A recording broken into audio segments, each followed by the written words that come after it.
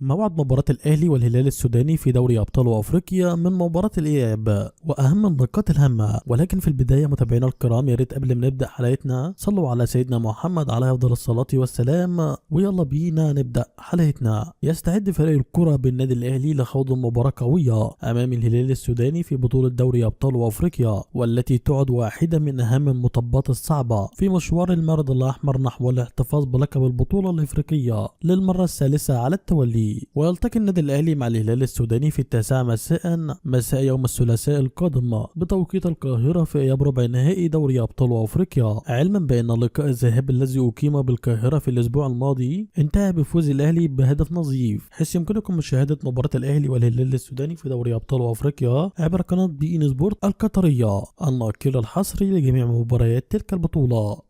وبس كده متابعي الكرام، نكون نهاية حلقتنا. توقعوا معانا نتيجة المباراة في الكومنتات تحت، وانتظرونا في فيديو جديد. دمتم على خير والسلام عليكم ورحمة الله.